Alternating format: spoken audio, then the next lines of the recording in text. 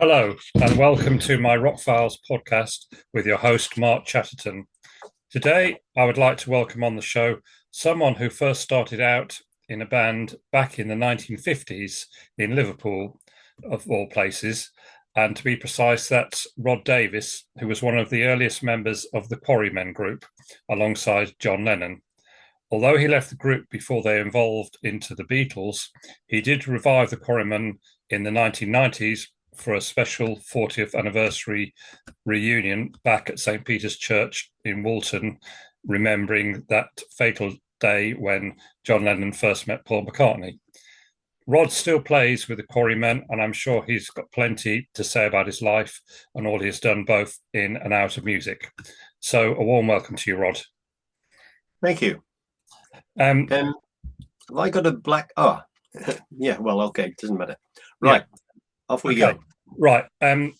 Starting off, I understand that you were in a jazz group first of all. Is that correct? I was in a. I'm not quite sure. I was in a jazz group sometime later. Yeah. But not before. Not bore the Quarrymen. Yeah. I mean, the Quarrymen kicked off probably in late spring in 1956. Yeah. And I was always interested in traditional jazz, but I was never in a group. I mean, I was 14 at the time. Yeah. And I was sitting in the back of my dad's car outside the record shop in St Helens near Liverpool, and the door of the record shop was open. The car window must have been open, and the sound of Lonnie Donegan singing Rock Island Line came wafting out of the shop, and I thought, my God, I've got to get some of that, you know? Yeah. So that was it. I passed it. That was, I mean, Rock Island Line went to number 8 in the hit parade because there were no charts in those days. It was a hit parade, and that was number 8 in January 1956. So it must have been sometime not too far after that I got the bug. Yeah. And I pestered my mum and dad to buy me a banjo or a guitar because Donegan played both. And I ended up with a banjo. And I went into, I think I must have bought it on a Sunday from a friend in North Wales.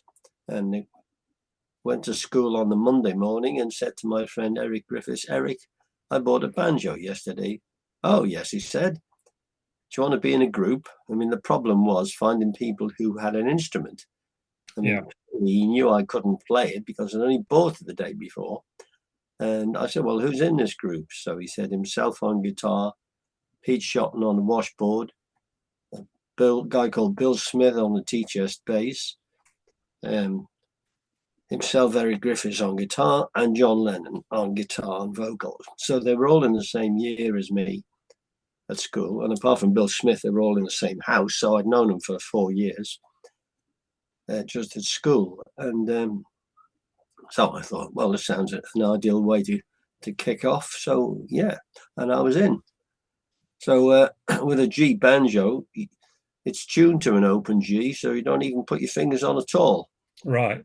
And C is a 2-finger chord, and D7, you have to move one finger from the first string to the third string. So there you are. It was absolute rocket science. And I learned very quickly.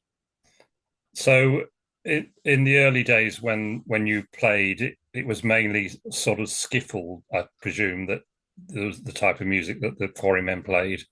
It was absolutely entirely skiffle. Yeah. I mean, we played all Lonnie Donegan stuff. I mean, that was the whole point of the exercise to get on, get up ultimately on stage and impress young ladies. That was the general idea. Yeah. Because I know that although you knew John Lennon at Quarrybank High School, you did actually know him quite a lot earlier at Sunday school. Yes, that's true. Yeah. I was in this class of 4 and 5-year-olds with other names that are significant, like Pete Shotton, Ivan Vaughan, Nigel Wally,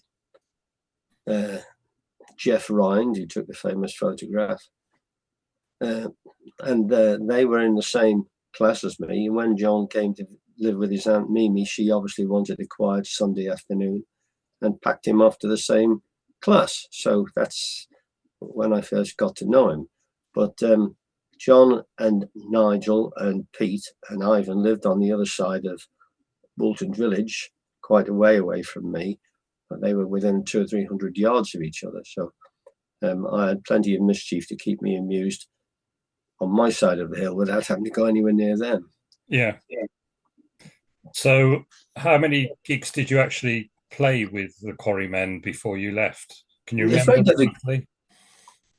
It's very difficult to say. Mm. I mean, to start with, we were playing at we were members of St. Peter's Youth Club. Mm. So I think the general consensus was that the first times we played in public was at the youth club. Yeah. At some time in 1956, we played at the Quarrybank School dance.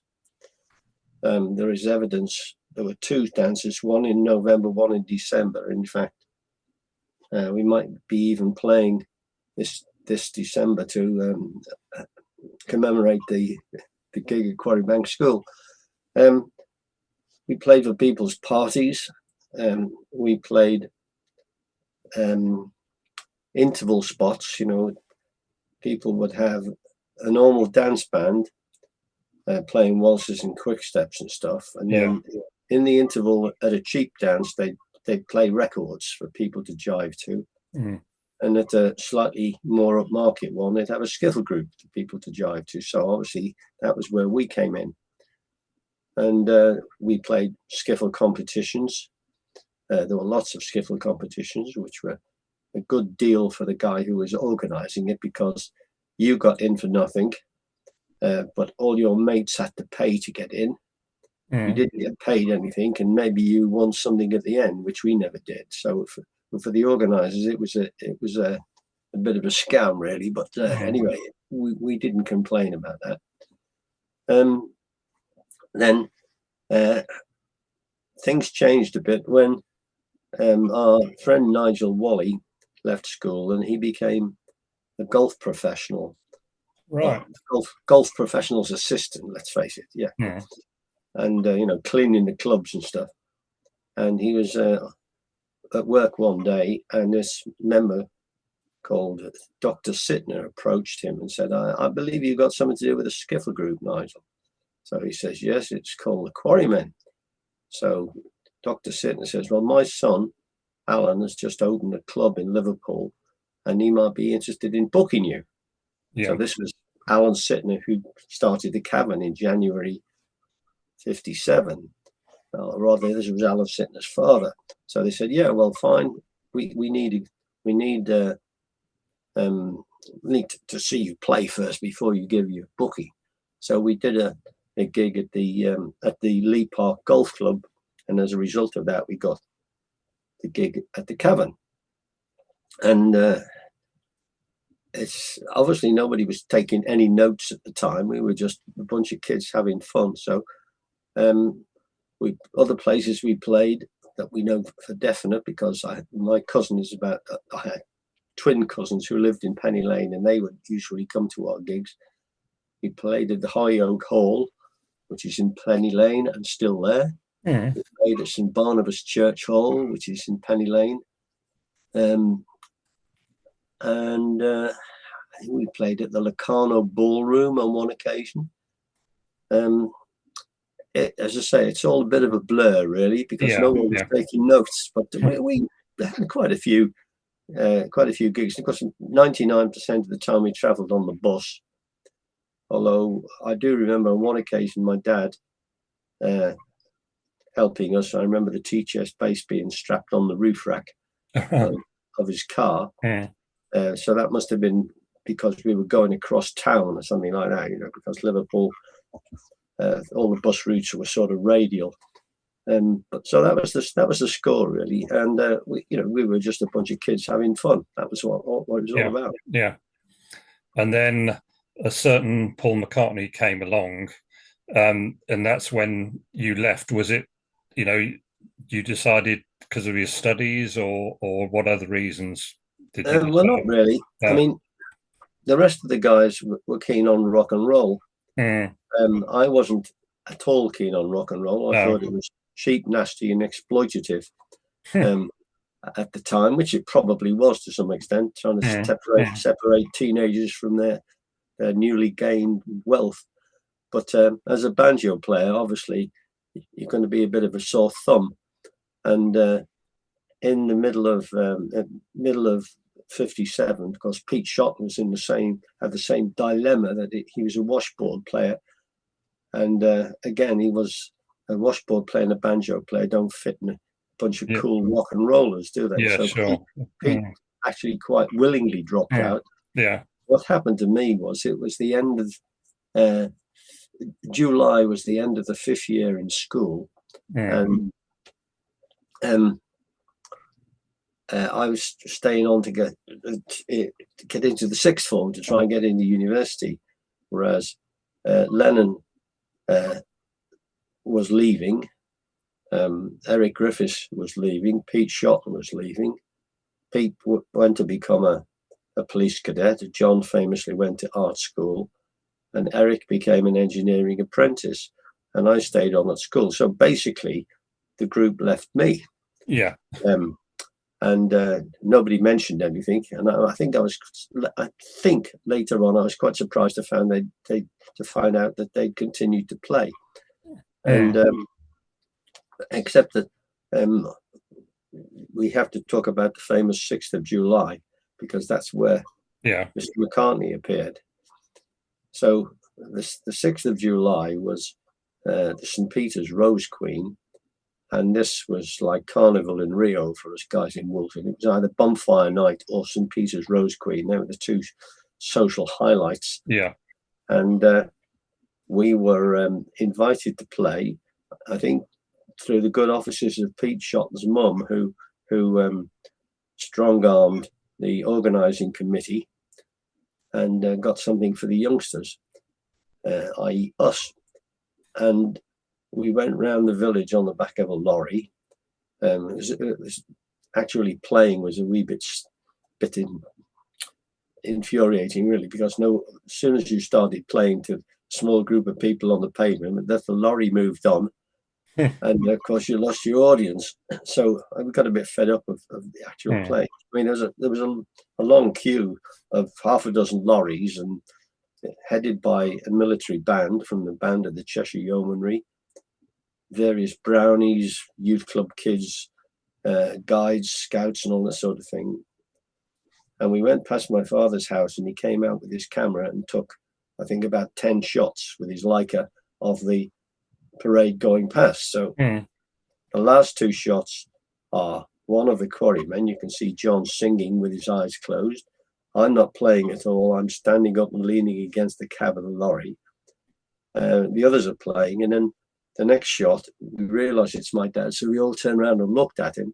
Unfortunately, John is obscured behind the others. So that was quite amusing. Went round the village and back to the field behind the church. mm, And we climbed off on the road, walked up and dumped our gear in the scout hut. And of course, there was all kinds of things like, throw 3 darts into a playing card and all kinds of stuff. And there was a fancy dress competition. The Rose Queen was crowned. Somebody opened the fete.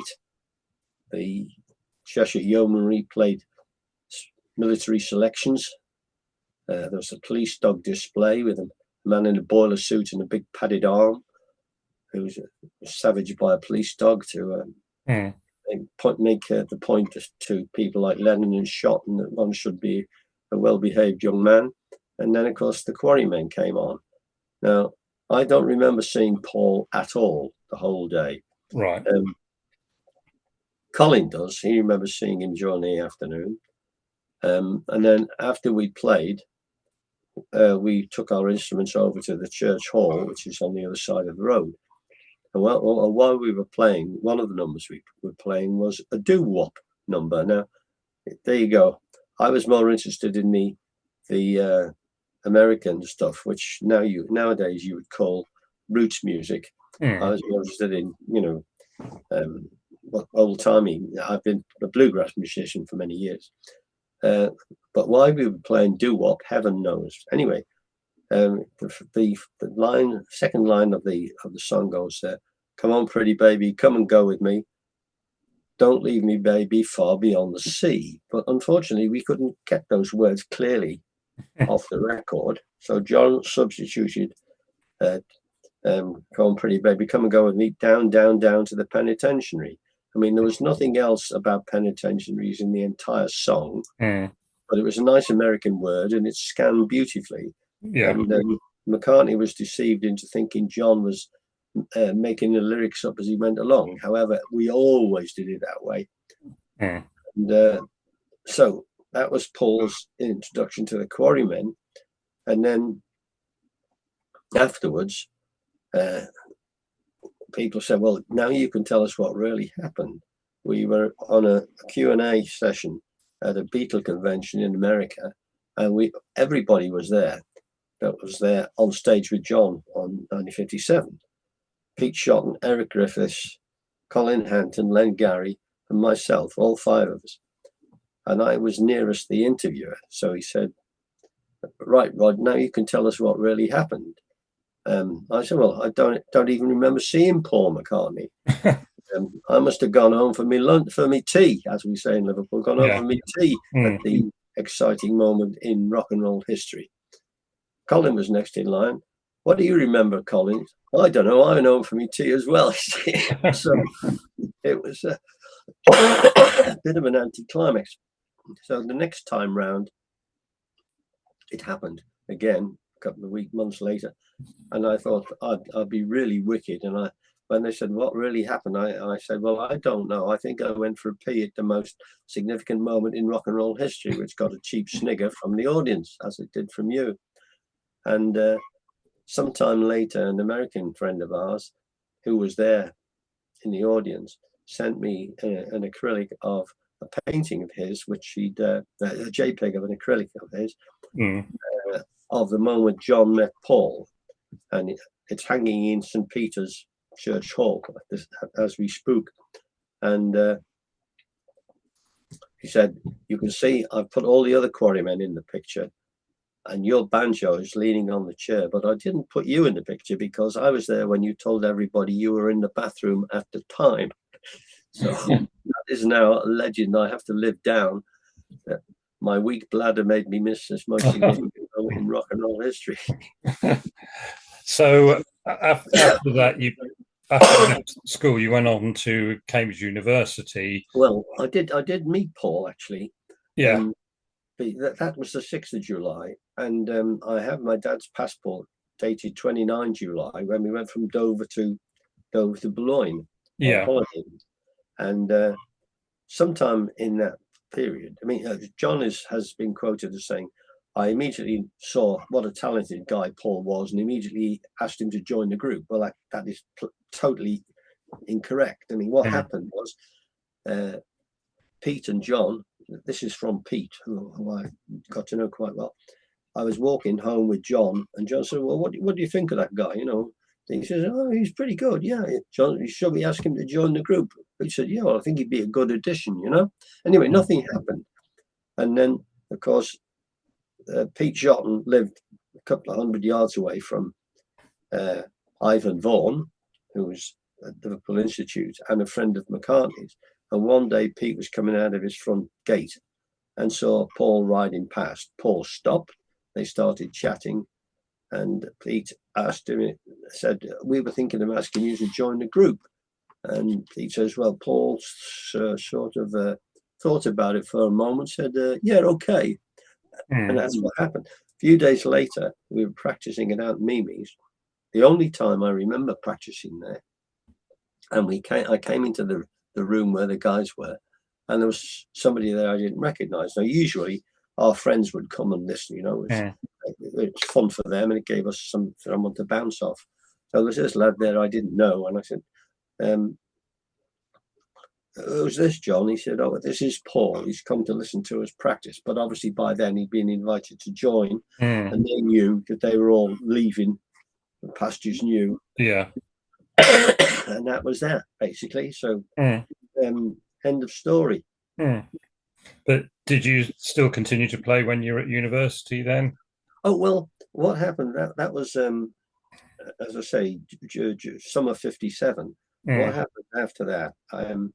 My brother and I, my brother's 3 or 4 years younger than me, we both learned to play the banjo. But we realized that the guitar had a lot more potential. Yeah. So we badgered mum and dad for a guitar. My dad said, look, you've got this Hornby electric train set on the top of the wardrobe there with 3 inches of dust on it. Why don't you sell that and buy a guitar? And it would have been worth a few bob these days if we'd kept it. We still have the guitar somewhere. So that's what we did. And we put a carbon microphone from a headphone set, sellotaped it to the guitar and played it through an old wireless set.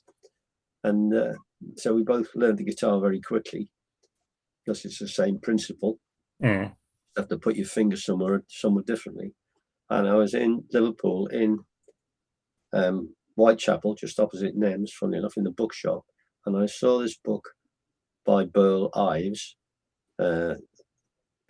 American Songbook. And I was leafing through it. There were lots of songs in it which had been skiffled up. And the text said a lot of these songs could come from the British Isles in the first place. So I bought it and I started playing some of the songs from the book. And I actually played a bit with a guy who used a trumpet mouthpiece and a metal filter funnel for a trumpet, although we never actually played out anywhere. When I got to university, I joined the Folk Song Society, and I met a guy there who happened to be the boyfriend of the daughter of our maths master at school.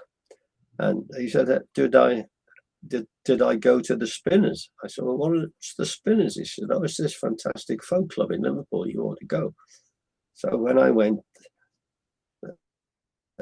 back home for Christmas, December 60, I went to the Spinners and I realized there was all this folk scene. So I became a folkie. I've never seen the Beatles play live. I'd never been down to the Cavern to hear the rock and rollers because it just wasn't my kind of music. No. Boringly enough, yeah. So when the Beatles sort of took off and Beatlemania happened, were you quite surprised to see the change and what had happened to them? Well, I was actually delighted, even though it wasn't my kind of music. I mean, at the time, the whole music scene was controlled quite strictly from London, and I was delighted, and the other guys were delighted that somebody group from Liverpool had gone down and stuck it to them, basically. So that was my reaction. I mean, I could appreciate their music, but I'm not a big fan of their music.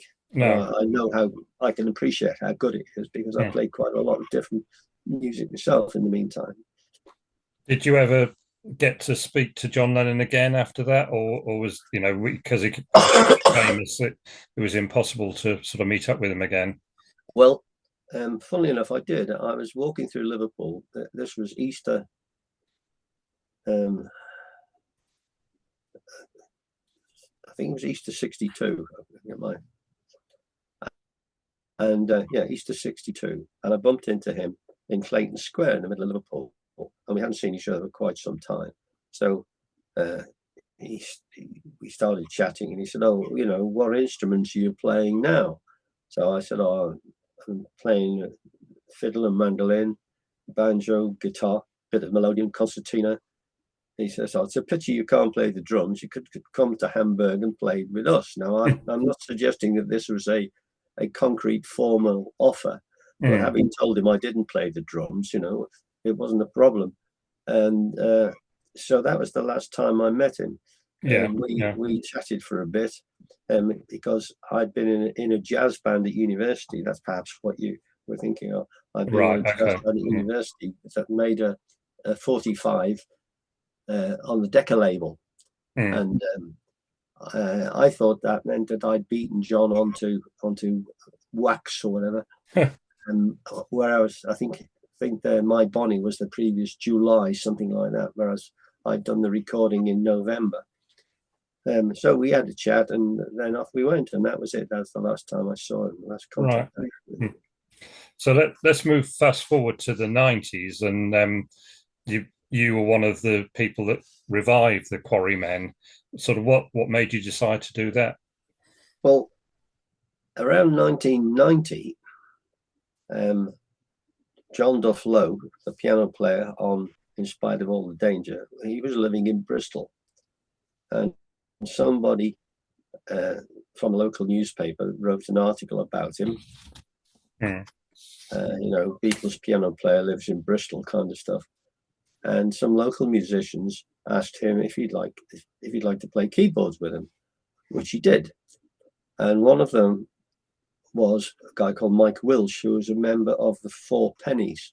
Who'd had a bit of that's another group, yeah. Juliet, yeah. And then some guy from the record company approached Mike Wilsh. This fellow's job was to get groups back together that had disbanded years ago, and make a CD. So they got the Four Pennies back together and made the CD. And Mike said to this guy, "Oh, I'm playing with a man who used to play with the Quarrymen. How about getting them back together for a CD?" So then took this idea up. However, there was only Len Gary and myself that was interested. Yeah. Colin was too busy with his business. Eric was in Scotland. I don't know. Len, of course, me, and Pete Shotton. We didn't know where Pete Shotton was. So with Len and myself and these other musicians from Bristol, we recorded a CD which never saw the light of day. And then a couple of years later, Duff had another go, this time with the same musicians and Len, but without me. And the record company, the studio he recorded at went bust, and he couldn't get his hand on the tapes. So it was attempt number 2. And attempt number 3 was with the same musicians, without Len, but with me. And that came out ultimately as Open for Engagements CD. And as a result of that, people started inviting us all over the place. And we were even part of what should have been a ominously 13 gig tour of the UK. This was 13 gigs at weekends, not 13, which included the Mersey Beats and Cynthia Lennon singing. All right. But I think we only did 2 gigs, one in Weymouth and one somewhere else on the south coast, and we realised that things were going downhill fast because they were flogging the posters off. But there we go. Anyway, so we did 2 of those, and then as a result of the CD, John and I were invited to the Beatles convention in Los Angeles. So it was Los Angeles, and then 2 weeks later, the Beatles convention in Chicago. So we both went out there, and we did a few numbers with various musicians out there, had a great time. And I came back thinking, well, this might be some potential here, you know. And nothing really happened until January 97, which was the Cavern's 40th birthday. Yeah. And they invited hundreds of people who performed at the Cavern over the years, including the Quarrymen. It was a great do. There was free booze all day. All kinds of people there. Ken Dodd, all kinds of, just about everybody that had ever played there. Billy J. Kramer, all kinds of people.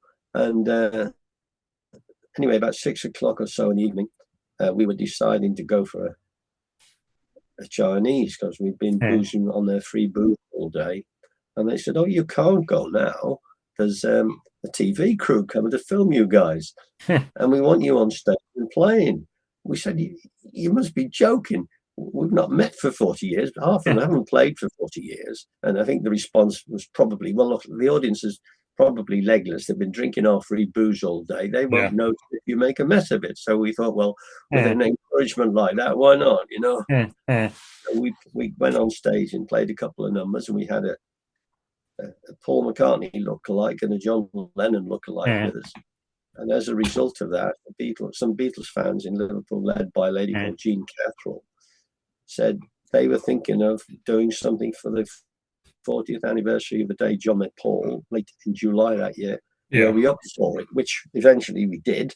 And that went extremely well. And then somebody said, have you got a CD? So we said, no, we'd better make a CD.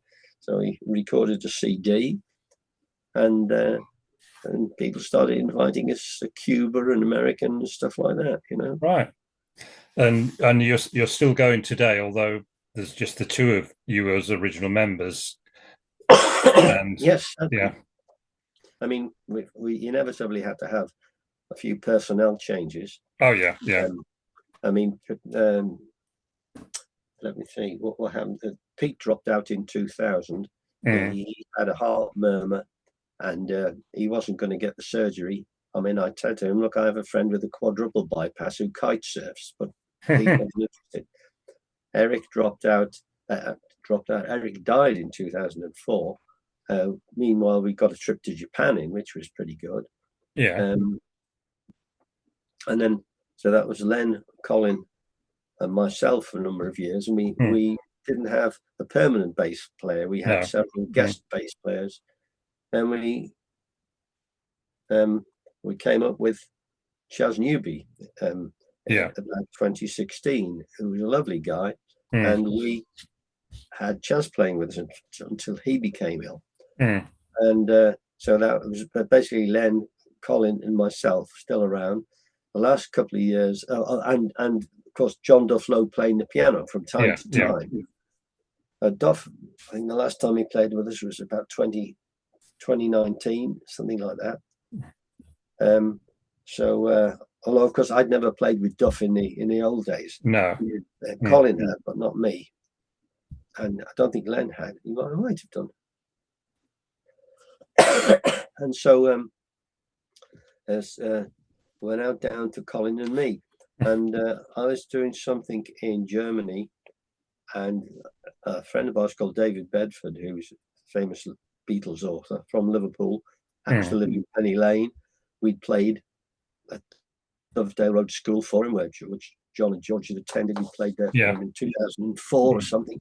And David was on the same gig doing something about country music in Liverpool. And we both ended up standing there each holding a guitar. So we thought we'd better play something. So we played some stuff. And not long after that, we were going to have another gig in Germany, which David was going to be around. But Chas was ill. So we said to David, look, you're going anyway. Why don't you take over on bass? Because he plays bass guitar and keyboard. And so obviously poor Chas never made it. And so we acquired David. And then we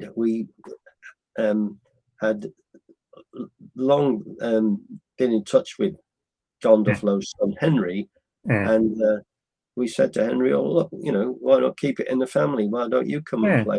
So Henry does. So that's the score. We're running out of time here, I'm afraid. But one sort of final question. Have you got any gigs coming up in the near future that people might like to come to? Yes, we have. We've got one on the... I don't look at my calendar, otherwise I might get the date wrong. On July the 25th at the Liverpool Museum. Right. I think we're going to be stuffed and mounted. Maybe hopefully just standing side by side would be more agreeable. We're playing at St. Peter's on the 28th of August. Friday, 28th of August. And then after that, I can't remember what happens after that. We've certainly got one in the Quarry Bank in December. I don't think there's anything else in the meantime. But these things sometimes come out of the woodwork. So we don't do many. Can come and see you, yeah. And I'll just add that. Sorry. So it's advertised on our website. Yeah, I was just about to mention that you've got the website, which is originalquarrymen.co.uk. That's right. So, the St. Peter's gig is on there with a link to the tickets. It's my job over the next 2 or 3 days to make sure the Liverpool, the July gig at the Museum of Liverpool is going to be on there with a link to tickets. Right. It's just you can probably tell my voice is a bit funny. I'm not firing on all 3 cylinders at the moment. Thanks ever so much, Rod, for doing the interview and for all those fantastic, interesting stories of your time with the Quarrymen and John Lennon, etc. And I appreciate you talking to us. So thanks very much then. That's all right. I'm glad you didn't fall asleep. All right. Thanks then. Cheers. You're very welcome.